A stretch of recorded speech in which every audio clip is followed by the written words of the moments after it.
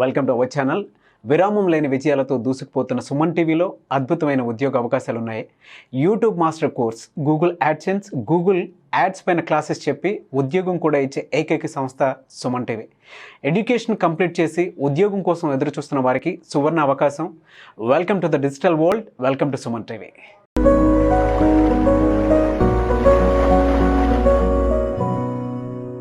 Hi, how are you all? After a long time I'm back. So friends, క్రితం batch క్లాస్లో మనం simple present, simple past, 6 స్ట్రక్చర్లు, ప్రతిదానికి 6 స్ట్రక్చర్లు చూడడం జరిగింది. ఈరోజు మనము సింపుల్ ఫ్యూచర్ చూద్దాం. ఏంటది?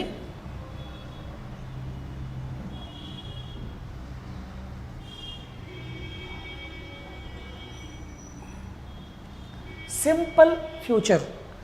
ఫ్యూచర్ అనగానే మనందరూ తెలుసు భవిష్యకాలము. ఈ భవిష్యకాలంలో ఇంగ్లీష్లో మనం మీకు ఆల్రెడీ చెప్పున్నాను, మొత్తం 12 టెన్స్లు ఉన్నాయి. Simple present, simple past, simple future, present continuous, past continuous, future continuous, present perfect, past perfect, future perfect, present perfect continuous, past perfect continuous, future perfect continuous. ఇన్ని గురించి చెప్పేటప్పుడు వీటిలో మీకు already simple present, simple past అయిపోయింది. So ఈరోజు simple future చూడబోతున్నాం మనం. అసలు సింపుల్ ఫ్యూచర్ డెఫినేషన్ ఏంటి? As I already tell you, a set of words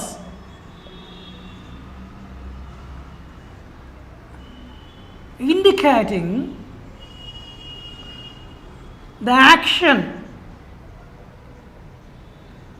that takes place in future, that takes place in future or pre-planned event. Pre-planned event. This is about simple future. అంటే ఫ్యూచర్లో జరగబోయేది, భవిష్యత్తులో జరగబోయే పని గురించి, లేదా ఏదన్నా మనం ఆల్రెడీ ప్రీ ప్లాన్ చేసుకుని ఉంటాం. రేపు నేను సినిమా చూడబోతున్నాను, లేదా మా ఫ్రెండ్స్తో కలిసి బయటికి వెళ్తున్నాను, ఇలాంటి ఏదో ఒక ప్లానింగ్ ఉంటుంది. అవన్నీ కూడా మనకి సింపుల్ ఫ్యూచర్లో వస్తుంది. ఓకేనా? సో మొదటిగా ఇప్పుడు దీని యొక్క స్ట్రక్చర్ ఏంటో చూద్దాం మనం. సింపుల్ ఫ్యూచర్లో మొదటి స్ట్రక్చర్ చూడబోతున్నాం మనం. First structure 1. మళ్ళీ గుర్తుంచుకోండి, స్ట్రక్చర్ 1 అంటే పాజిటివ్ సెంటెన్స్. ఫస్ట్ స్ట్రక్చర్ ఎప్పుడు కూడా పాజిటివ్గా మాట్లాడే sentence. Example, subject plus will plus V1 plus object. మిత్రులారా, మీ అందరు చాలామంది డౌట్ రావచ్చు, సార్ సింపుల్ ఫ్యూచర్లో విల్లు షాల్ కూడా వస్తుంది కదా, మరి మీరు విల్లు ఒకటి ఎందుకు రాశారని. అంటే షాల్ అనేది సాధారణంగా మనం పర్మిషన్స్లో, రిక్వెస్ట్లో వాడతాం. ఇంకోటి ఐ షాల్ కమ్కి ఐ విల్ కమ్కి డిఫరెన్స్ ఉంది. ఐ షాల్ కమ్ అంటే రావచ్చు, రాకపోవచ్చు, అందులో పాసిబిలిటీస్ ఉన్నాయి. ఐ విల్ కమ్ అంటే ఖచ్చితంగా వస్తానని చెప్పడమే. కాబట్టి మనం ఎక్కువగా విల్ వాడతాం. సో ఈ విధంగా మనకి విల్కి షాల్కి డిఫరెన్స్ కనబడుతుంది మనకి. అందుకనే నేను షాల్ ఇవ్వట్లేదు. నా ప్రతి ఫ్యూచర్లో కూడా నేను ఎక్కడ కూడా షాల్ ఇవ్వను, కేవలం విల్లే వాడతాను. ఓకేనా? షాల్ని మనం మోడల్స్ డిస్కస్ చేసేటప్పుడు వాటి గురించి ఇంకా క్లారిటీగా చూసుకుందాం. ఇప్పుడు స్ట్రక్చర్ 1లో subject plus will plus V1 plus object. Subject అంటే ఎవరు? ఒక వాక్యంలో ఎవరి గురించి అయితే మాట్లాడుతున్నామో వాళ్ళు సబ్జెక్ట్ అవుతారు. సో ఉదాహరణకి ఒక ఎగ్జాంపుల్ తీసుకుందాం. I will right a letter. నేను ఒక ఉత్తరం రాస్తాను. ఫ్యూచర్ అది, రాస్తాను అని చెప్పడం అనేది ఫ్యూచర్ టెన్స్. రెండవ ఎగ్జాంపుల్ హీతో ఇస్తున్నాను. He will go to class. తను క్లాస్కి వెళ్తాడు, ఫ్యూచర్ టెన్స్లో, ఎంత భవిష్యకాలంలో. మూడవది వీ విల్ డ్రింక్ టీ. మేము టీ తాగుతాము. ఇవన్నీ ఏంటి? భవిష్యకాలంలో జరగబోయేటివి. సో కాబట్టి ఇది పాజిటివ్ సెంటెన్స్. చేస్తాము, చేయమని కాదు, చేస్తామనేవన్నీ కూడా స్ట్రక్చర్ 1లో వస్తాయి. నెక్స్ట్ స్ట్రక్చర్ 2 చూద్దాం. ఇప్పుడు స్ట్రక్చర్ 2 చూద్దాం. స్ట్రక్చర్ 2 వచ్చేసి మీకు ఆల్రెడీ చెప్పినట్టు ఇట్స్ ఎ నెగిటివ్ స్ట్రక్చర్. ఏంటది? నెగిటివ్ అంటే చెయ్యను అని చెప్పడానికి సబ్జెక్ట్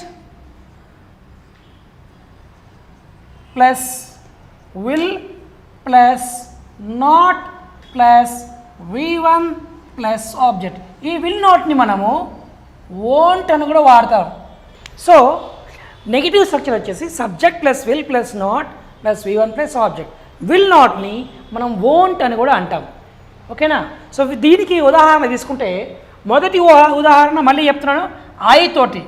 ఇందాక I will write a letter అన్నాం కదా, అంటే నేను ఉత్తరం రాస్తాను. దీన్ని I will not write a letter, నేను ఉత్తరం రాయబోను. రెండవది he will not go to class, తను క్లాస్కి వెళ్ళడు. మూడవది we will not drink tea. ఈ విధంగా మనం పాజిటివ్కి నెగిటివ్కి రెండు ఎగ్జాంపుల్స్, మూడు ఎగ్జాంపుల్స్ నేను మొదట చెప్పాను మీకు. ప్రతి స్ట్రక్చర్కి 3 ఎగ్జాంపుల్స్ ఇవ్వడం జరుగుతుంది. మొదటిది ఐతో, రెండవది హీతో, మూడవది వీతో. ఐ ప్లేస్లో వేరే ఏం వాడలేము.